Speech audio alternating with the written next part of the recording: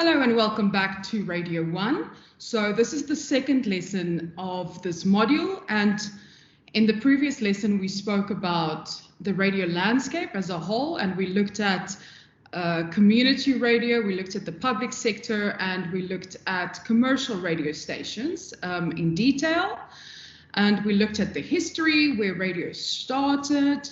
And before we carry on to today's lesson, I just want to do a brief recap about what we said.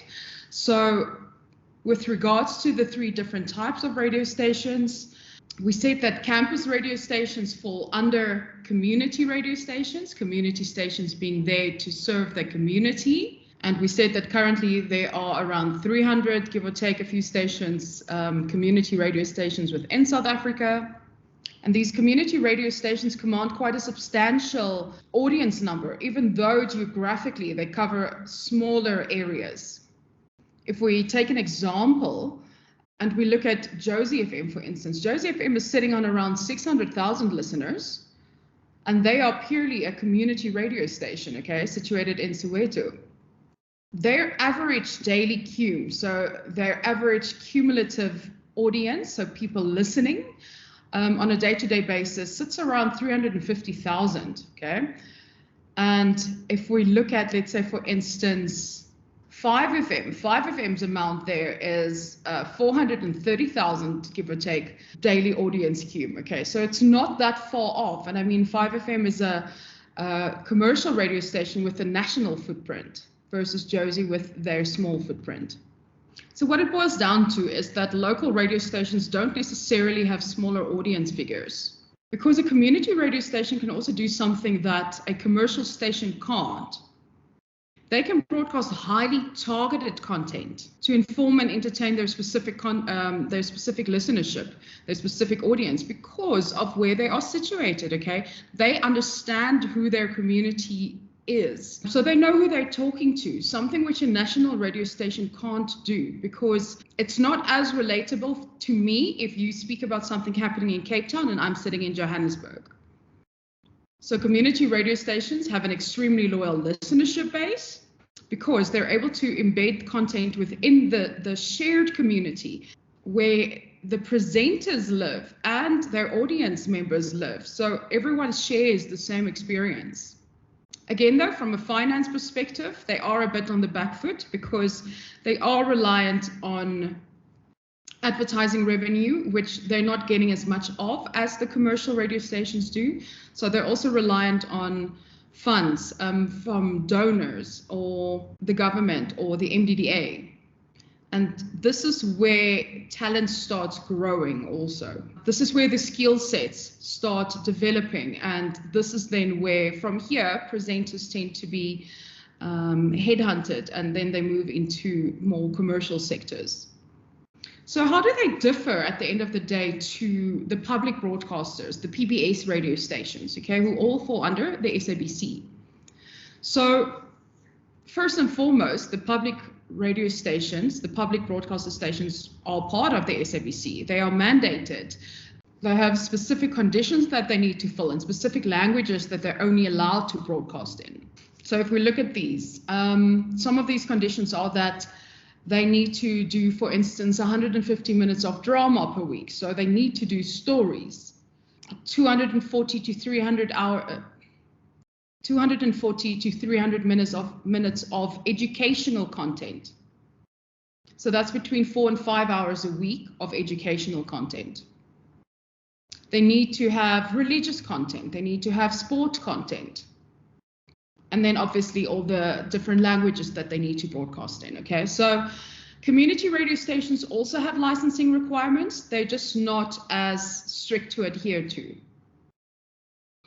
Interestingly, though, if we were to look at the listenership figures within South Africa, even though we don't have updated RAM figures at the moment, let's briefly take a look at the last available stats that we do have.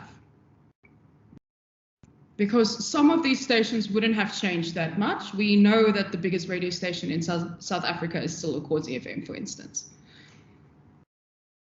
So these were the last figures. You can see they're quite old at the moment, but they are currently reworking the way that we will receive our radio audience measurement figures. So we're waiting with bated breath to see what's going to happen.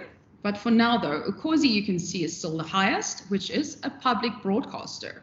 Okay, second is Mhlobo Wenene, a public broadcaster. Third is Metro, who is commercial radio station. Fourth is Lesedi, another PBS. Tubela, another PBS. Motsweding, another PBS. RSG, another PBS. Mongana Lenene, another PBS. Gagazi, commercial. Jacaranda, commercial, etc., etc. Okay, so then you can see it's Ikwekwezi, Ligwala Gwala, East Coast, KFM 947, etc., etc. So you can see, interestingly enough, that the public broadcaster stations are the highest rate, have the highest ratings within South Africa. Obviously, Ukhozi being an isiZulu station, sitting at 7.6 million. Okay, very high there. And then Mhlobo second there, Metro with 4.2, 4.3 million. So something that I think is made quite clear here from the RAM listenership rankings is that public radio in South Africa competes heavily for the share of for their share of listeners with commercial counterparts who must build their audience to sell to advertisers. So we have quite an interesting phenomenon in South Africa. And with that leads us to today's lesson, which is part 2. Okay, once again, my email address there. And then if you want to follow along, we'll be looking at pages 16 to 32 today. Okay, so what we're doing is we're going to be looking at digital radio. First and foremost, I need to explain to you what the differences are between digital radio and, let's say, for instance, online radio versus normal FM stations. And then we're going to look at radio outside of South Africa, because we've given you quite a broad understanding of the South African radio landscape. But now we need to look at what's going on around us, okay? Specifically, we're going to be looking at USA, Mozambique, Australia, Zambia, and Mauritius. Right, digital radio. So digital radio relies on 2 modes of digital distribution, which is first and foremost DAB or DRM, and then secondly, data streamed radio. So what you see here on this picture, the first one there is how a normal FM or AM radio signal will work. So from the transmitter, it'll either go in FM waves, okay, or it'll go in an AM wave to your radio station, versus digital DAB signals, which takes the FM AM signal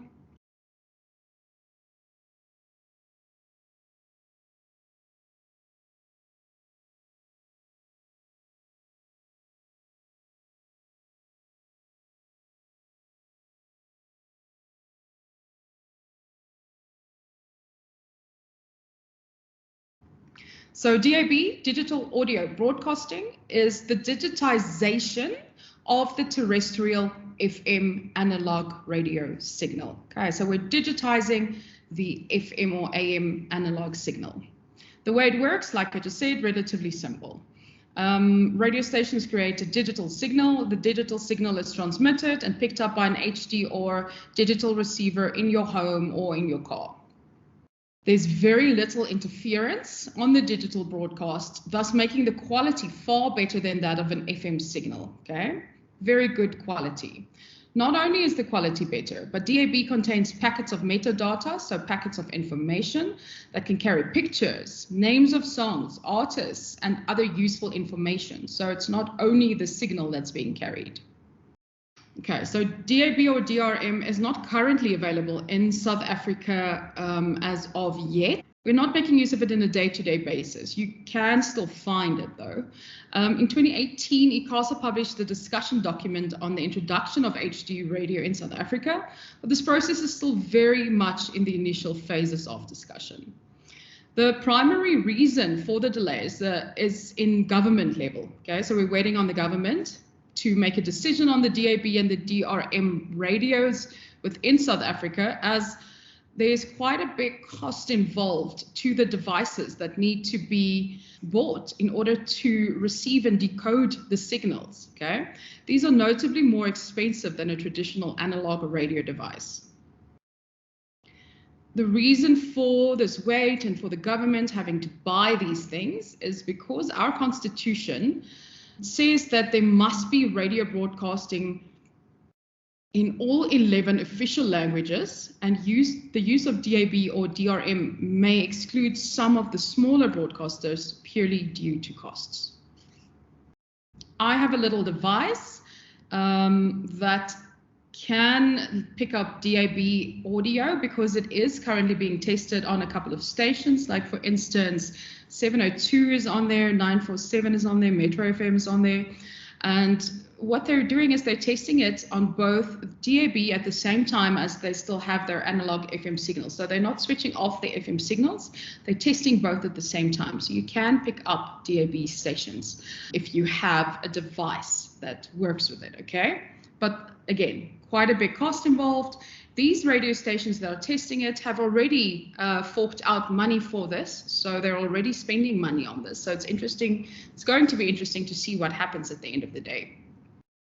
So it's important to understand that digital radio isn't that different from FM radio, okay? Whether the content is broadcast with DAB/DRM or with FM or AM, it remains the same. It's the same content, okay? But if we speak about listening to radio via internet, so online radio stations, the content and the creation of content can differ slightly from what's broadcast on an FM and an AM station, okay?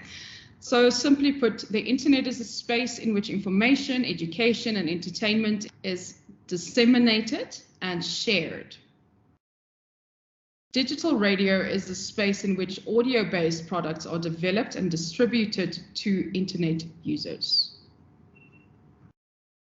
So anyone can start an internet-based radio station, okay? You can broadcast, you can stream, you can create podcasts, you can do anything from home, okay? I can do it right here, right now on my computer. I don't even need an external mic, even though it is preferable. But simply put, you can do it at home at the moment, okay? You need a computer, you need internet, you need data. You need a computer and you need data for your internet to be able to work, and that's it, that's all. Currently, you do not need any ICASA license. However, ICASA is looking into it. So just note that. The big thing, though, is that the audience is now quite fragmented because there are so many different radio stations and forms of listening to radio, and it just gets broken down more because there's now podcasts involved and all these different online stations, and there's all these streaming services where you can listen to other types of radio stations, and you can listen to the rest of the world's radio stations on one app. So audience is quite fragmented. So let's start at the beginning for you. So FM or AM analog is if you switch on your car radio, or you switch on a radio at home, you switch on any type of radio, the signal that you hear is FM or AM, okay? It's waves, literally. AM doesn't have a lot of radio stations because of the sound. It sounds very tinny, okay? But it can stretch very far. It can it can be stretched around the world because the signal can bend, okay? So it can travel along the earth. Mostly it's talk radio stations, though, that gets utilized for this purely because of the mono sound, okay? Mono meaning one channel sound. FM, though, is way clearer than AM, but the sound can't bend, so it's straight. So it can only travel between, let's say, two transmitters or antennas, or from point A to point B. So it's a lot clearer because it's not influenced by earthly sounds like rain or hail, whatever it might be. but both of those are sent in waves. Okay, so that is the old analog way of listening to radio. The quality there where it says noisy with static in the air, that is for AM specifically though. So digital signal then, digital audio broadcasting is the FM signal which we digitize through a device. This is that costly device that we speak of. Okay, so the digital signal is transmitted. It's picked up by a digital receiver or an HD radio in your car or your home. And the quality is really good. It's very clear. There's no interferences. There's more space available because it's tiny. Okay, the amount of data that you use is a lot smaller. Digital can also carry the metadata, like I just mentioned, the names of the songs, the artists, and other information or data. So Cliff Central is quite a good example here of digital radio, and they started this in 2014 already. Okay, so digital radio stations have been in operation for quite some time already here. So Cliff Central was established by Gareth Cliff, who was formerly at 5FM and 702. He left in 2014 to set up cliffcentral.com, which he then went on to co-found Touch HD, which is owned by former Metro FM presenter Thibaut Touch. Cliffcentral.com operates very much like a radio station would. It has presenters to deliver their shows live via internet streaming, and it has listeners who tune in daily to engage with the live shows. However, there are two particular aspects that make it different. Firstly, all the station's live shows are available for podcast stream and download after airing. This means that if you miss a live show, you can access it for as long as you like after it has aired by downloading it and saving it to a device, or by streaming it off cliffcentral.com when you have an established internet line. Secondly, cliffcentral.com is not obliged to operate under the same regulations and license standards that govern standard radio stations. They don't need any CASA license. This means presenters can create a format entirely suited to what it is their content requires and what the audience will respond to. It doesn't need to deliver a certain amount of news or advertising based on a license agreement. Presenters can swear on air or discuss any topics they feel might be of interest, unrestricted by content or music quotas. In this way, online radio stations are essential infotainment content hubs. CliffCentral.com describes itself as uncensored, unscripted, unradio. Having spent most of his career in traditional broadcasting, Gareth Cliff is familiar with having to comply with restrictions and enforcements regarding how he treated content and what he was and he was not allowed to say. And in his career, he's faced numerous complaints lodged against him via the Broadcasting Complaints Commission of South Africa, so the BCCSA. Via CliffCentral.com, however, he's no longer had to contend with any of these restrictions.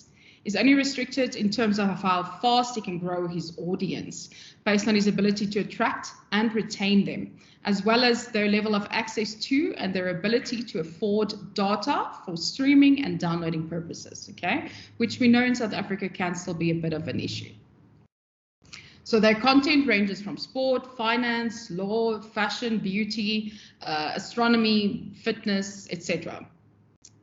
You can access cliffcentral.com via a specially built mobile app, as well as via the chat app WeChat, or via the website using their link www.cliffcentral.com. So there's an example I really want you to go and read. It's on page 19 of Next Level Radio, okay? And it provides more detail on how cliffcentral.com and Touch HD were started.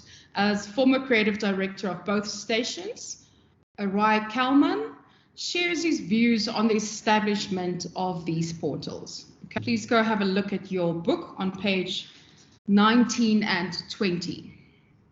So that sums up the rest of the South African landscape for us, meaning that we're now going to look at radio outside of South Africa. If you were looking at radio 10 years ago versus now, it might have been a completely different picture. The outlook at the time was pretty bleak for radio. People were saying that radio is going to fall, there's going to be no future for radio, all that jazz. But turn back the dial to where we're sitting at today, and with what we're going to look at right now with regards to the American, Mozambican, Australian, Zambian, and Mauritian radio landscapes, you'll see we're painting a vastly different picture. Okay, radio is very far from dead. In fact, it's one of the most innovative media mediums that just keeps remaking itself, and it's still growing in the countries that we're looking at. Around the world, the radio industry has not only embraced the digital world, but it has also found a way to coexist perfectly with it. I mean, social media and radio just works perfectly together also. So much so that the digital world has become a fundamental part of radio. The radio industry has had to learn to transform itself into a medium that traditionally created content that it pushed to consumers into a medium that now creates both pushed content and content that is being pulled by a consumer. A radio business that embraces both an on-demand and an always-on strategy was born. This adaptation has meant that the radio industry has not only survived, but it has thrived in the new digital world. Many radio groups in the developed world are flourishing on DAB. Norway, for example, switched off their FM radio signals completely in 2017 and now rely on DAB and data to distribute their radio signals. I do have to mention, though, on the other hand, there are other European countries that have decided to switch off DAB again, so they're not making use of DAB at all anymore because they found that it was not working for them. They're back to using radio, simple traditional radio. So other radio businesses from all over the world still see the growth of audiences in their older FM platforms. Radio companies understand the importance of embracing an abundance of distribution signals or distribution channels, from their online stream-only data services to downloadable podcast content to video and video streaming content. According to the radio rating service, Radio Joint Audience Research, so RAJIR, in the UK, in Britain specifically, they had 48 million adults listening to just over 1 billion hours of radio each week in the last 3 months of 2016. Yes, that's a few years ago, but still the most listeners ever recorded. Okay, so that's a lot of radio listening. So radio is alive, radio is thriving. The future of the spoken word and the distribution of music looks more than promising, okay? Because keep in mind, what do you listen for? You listen for connections, you listen to a presenter. You tune in for the music originally, but you stay for the presenters.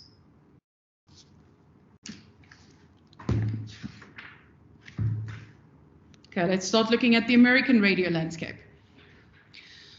So it's a well-known fact that the USA has one of the most competitive radio landscapes in the world, literally. They have about 15,330, give or take a few, radio stations that are on air. They have 6,613 commercial FM radio stations, 4,728 commercial AM radio stations, and round about 4,000 educational or non-profit radio stations. So how they've been split up is they have very large media companies, okay? For instance, iHeartMedia, which is currently the country's largest owner and operator with over 850 radio stations, okay? They have an estimated revenue value of 6.2 billion rand. Then we have Cumulus Media, who operate 445 stations. Then there is the largest non-profit operator, who is the Educational Media Foundation, who owns 340 radio stations. And if you look at the format popularities. The most popular is country music. The Americans love themselves some country music, so 13.2% of all radio listening. 12.3% is news or talk, which is second then. Adult contemporary is third with 8.1%. Adult contemporary is what most of South Africa's radio stations are, just for interest sake. Top 40 is 7.1, and then classic rock is 5.9, fifth there. As the Hispanic population in America continues to grow, so does the popularity of Spanish language formats. Regional Mexican and Spanish contemporary music are currently the most listened to foreign language formats, okay? And in recent years, there have been a number of new radio formats launched, targeted at underserved but growing audiences.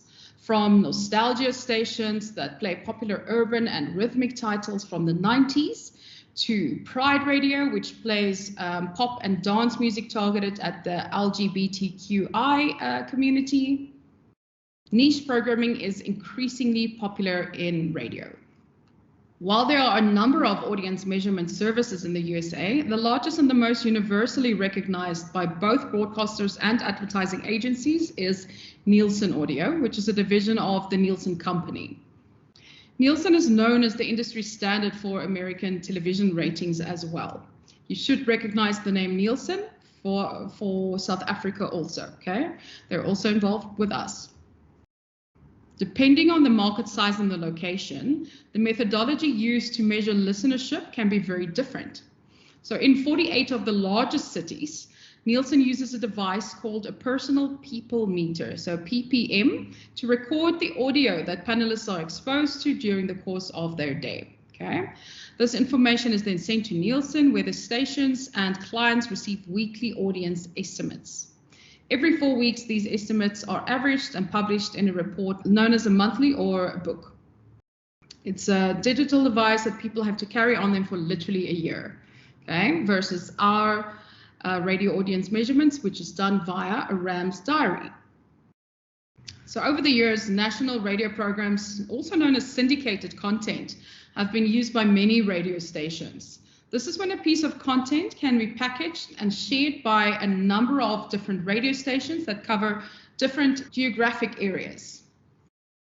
Some of the most listened to programs include the American Top 40 with Ryan Seacrest, the National Republic Radio's Morning Edition, and the conservative talk show host Rush Limbaugh. Moving forward, American radio faces both challenges and new opportunities. Commercially free-based content and music services, so something like Pandora or Spotify, are trying to appeal to current and former radio listeners. At the same time, the emergence of smart speakers, which can pick up voice prompts from a user and operate wirelessly, I mean something like Alexa or even Siri, are rapidly increasing the demand for and the convenience of audio in the home. While the way in which consumers listen to American radio continues to change and evolve, the popularity of the medium still remains strong. Built upon a foundation of providing companionship, relevant news and information, and targeted and compelling entertainment, radio continues to be one of the top forms of media in America. So our next one looks vastly different to the American landscape that we just looked at. Mozambique has started moving away from its rigid post-independence Marxist, Leninist tendencies from 1990, where the media was considered as nothing more than a propaganda tool. The state-controlled Radio Mozambique remains the country's main source of news and information. However, private and commercial radio stations can operate if licensed. In the democratization process, many community radio stations were issued licenses. As a result, however, of funding issues, many of these stations have since been taken over by government-based loyalists or the Catholic Church, which has been active since the existence of community radio in the territory. Radio programs are the most widespread form of media in this country. The most influential radio stations are state-owned, with most of the private radio stations drawing only local audiences. People operating in this territory believe the media space remains in the hands of the politicians. It's also widely accepted that media bodies that speak out against the government suffer from excessive scrutiny and state interference. So the government, unfortunately, is still very much in control of the radio as a media form in Mozambique. We also don't really have audience data for Mozambique. However, there's a mobile research organization, Geopol, that conducted a media measurement study in 2016. Again, quite old stats now. The results of which are presented in your textbook on page 25, okay? Which just gives us a little bit of a breakdown of a couple of their different stations and where the radio listenership is the highest. Unfortunately, access to information through the mass media remains low, even in the case of radio. So there's still this thing where men listen to broadcasts more than women do. And overall, almost half of women aged between the ages of 15 to 49 don't have any access to mass media, compared to 26% of men. And only 34% of households own a mobile phone. And this proportion is much lower in the rural areas than in the urban. So 20% versus 67%. Okay, so media obviously not reaching a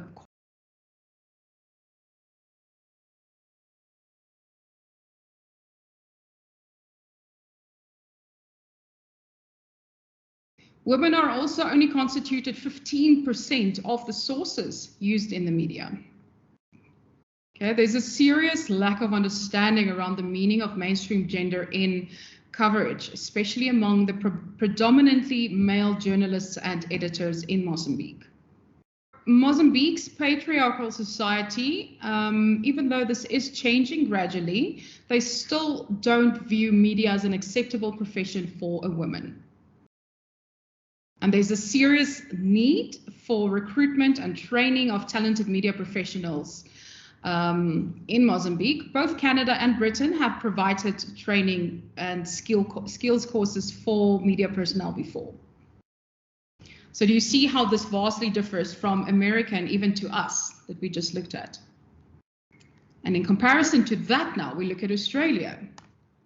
And within Australia, according to Guy Dobson, who's the CEO of the Southern Cross Austereo, the radio broadcasting industry remains the dominant audio platform, okay, in the country, with live radio accounting for nearly 2/3 of all radio listening in the country. Okay, so for decades here, radio has played an integral role in the lives of many Australians. And it seems that despite the emergence of disruptors like Spotify and like Google Play, consumers remain loyal to the traditional broadcasting platform. In 2017, 88% of Australians tuned into either AM or FM radio every week, compared to only 25% of consumers who listened to audio via streaming services. So the majority still listen to actual radio via FM or AM frequencies. The sector shows that there is a clear sign of continual resistance against these audio streaming competitors, which by comparison account for less than 10% of Australia's audio consumption. Isn't that interesting? Isn't it interesting how all the different countries, how the countries differ in this with regards to this? Australian listeners are known to prefer more tailored and personable audio entertainment, with 6 out of 10 Australians listening to their favorite station due to local and personality-driven content. Okay, so they have strong broadcast personalities that are significant draw cards for listeners, with 47% of Australian consumers tuning into radio for a particular presenter. Radio in Australia is also seen as the most trusted and authentic media platform in the eyes of the Australian consumers. And listeners rated radio almost twice as high as TV and online media in terms of trust and authenticity. Most of their live listening is in a car, with 75% of Australians listening to the radio while driving. And more than 75% of Australians still own a radio in their homes. So if you want to remain a purist, so if you want to simply broadcast on AM or FM frequencies, you know where to go. Australia has over 250 commercial radio stations. And from a regional radio perspective, as one of the world's most sparsely populated countries, regional Australian areas are just as socially diverse as they are geographically distant. This has paved the way for a rich variety of radio broadcasters who play a vital role in the day-to-day life in each unique community. They have such different communities. There are over 200 regional commercial radio stations with the potential to reach approximately 45% of the population. So unsurprisingly, the community radio sector is even more prominent in these local, I lost the stick. And their radio ratings are conducted by an independent market research company called Growth from Knowledge, GfK. They work with radio diaries, similar to the way that we do it, in terms of doing an interview first and then recording their radio listening habits on paper or e-diaries. Next, we take another turn in terms of contrast, and we look at the Zambian radio landscape. Zambian radio started in Lusaka in 1940s already, okay, so quite close to when ours started. And their radio broadcasting industry has grown by leaps and bounds since 1996, led by radio in the community sector. Problems and confusion regarding class distinction and the nature of the license, so community versus Christian, affected the effective issuing of community licenses. However, despite these challenges, there are more than 60 stations that have been established since 1996, with still more licenses becoming available. The number of stations might have grown, but the quality of their operations, professionalism, the efficiency is still below par, which significantly affects the sustainability of the radio landscape within this country. This is especially true of the community radio sector. Okay, so only 2/3 of community radio stations have editors or producers with any training. Around 2/3 did not have a trained sub-editor. Staff responsible for reading the news and making announcements at half of these stations weren't trained to do their jobs. Because of the lack of skilled journalists, community media's approach to broadcasting could be described as casual and uninformed. The Zambian Community Media Forum identified two problems that are commonly faced by radio stations, namely paying for programs and paying staff. Despite the enthusiasm and the love for the job, many volunteers leave because their positions are unpaid jobs, okay, and it's not sustainable. So the Zambian government doesn't regularly conduct listenership surveys. The data that is available for analysis was compiled by Ipsos Marketing Research Organization in 2014, okay, so that's already 7 years old. The majority of their listening habits take place at home, with 89% of radio listening happening at home. 1% of radio listening happens via DSTV or online streaming. And their workplace still remains a dominant male environment, even though more women have been appointed in leadership roles. With regards to their training, research has shown that commercial radio stations don't prioritize staff training and development themselves. They tend to outsource this training for skills development. And then the last one, Mauritian radio landscape. So they've been broadcasting since 1964, okay, with the country's public broadcaster, Mauritius Broadcasting Corporation, being founded then. And it generates 40% of its revenue from advertising, and the rest is from licensing fees.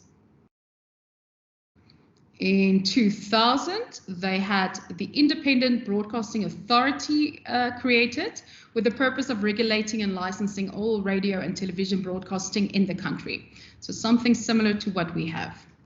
This caused some debate regarding the extent of government control over radio and television broadcasting. Because it's such a small country, there are only 4 government-based stations and 4 private broadcasters. And there's no data or research available on the audience in Mauritius. Information and communications technology in the country is still in its growing phase. Internet usage is steadily increasing, especially amongst teens and families. And Facebook is their most visited website. As in the other countries, the media arena in Mauritius is dominated by men. There's an acceptance of the fact that more needs to be done in growing the number of women in the country. Where women are employed, they're mostly positioned at a junior level and make up less than a quarter of the top management positions. Additionally, these women are often employed in support roles like finance and administration. On the other hand, gender and age are well represented when it comes to staff that appear on air. Other factors that influence employment are religion and culture. With regards to their training, BBC is the main contributor to the training at the MBC, but local training courses and universities supply supplementary training. Right, so that's in a nutshell all the different countries. So overall, taking into consideration all of these countries, radio is far from being in trouble, okay? It's extremely viable. We're embracing the digital world, which is now part of radio, okay? Some countries slower than others. We're not just using traditional radio, we're incorporating the internet and streaming and podcasts and blogs, video castings. We're using YouTube, okay? And then DAB on the other hand, which is used internationally, where Norway has no FM signals anymore. And then you have Ireland, which switched off their DAB on 31 March of this year, of 2021. So Norway has no FM signals anymore, and Ireland has no DAB signals anymore, okay? Regardless, radio is alive and thriving on both sectors. And you can see it's growing within other countries, some slower than others, but we're getting there. Okay, that brings me to the end of this lesson and to your homework. You need to complete activity 1B on page 20 within your Next Level Radio textbook. And it says, visit the ICASA website, look up the licensing terms for Ligwala Gwala FM, summarize the station's licensing conditions regarding content. Then listen to any of Gareth Cliff's radio shows on cliffcentral.com. List what you notice in terms of the differences between this radio show and a traditional broadcast radio show of your choice. Focus on the use of language, advertising, music, and routine segments. And then number 3, do you think cliffcentral.com fulfills its brand promise of being on radio?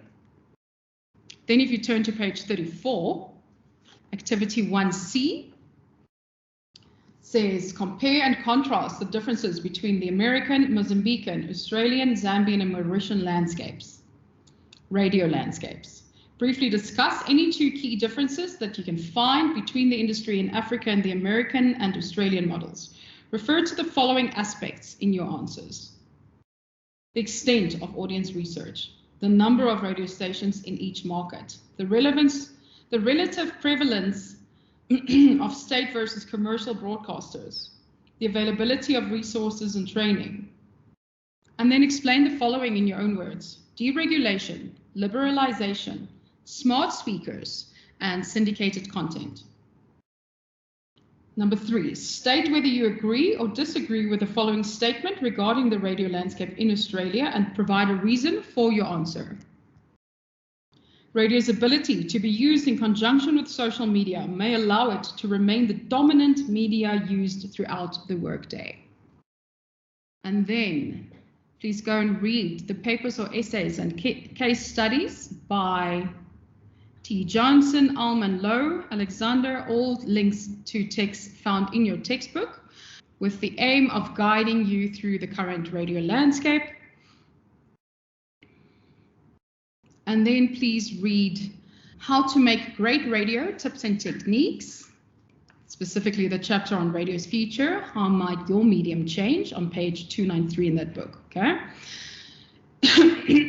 So as I've said in the previous lecture, and I'm going to say it again now, in this specific course, for you to thrive, you need to do independent learning, okay? So you need to put in the effort to complete these activities, to read these articles, because you need all this knowledge. Okay, so that brings me to the end of this lecture. I understand it was another longer lecture with a lot of information to take in. All this information is extremely important, okay? So please make sure to go through this in detail, to read those chapters that we spoke about, and to read the chapter in Next Level Radio to make sure you understand everything. If you don't understand something, let me know, okay? But for now, that's it, and I say goodbye up until next time. Bye.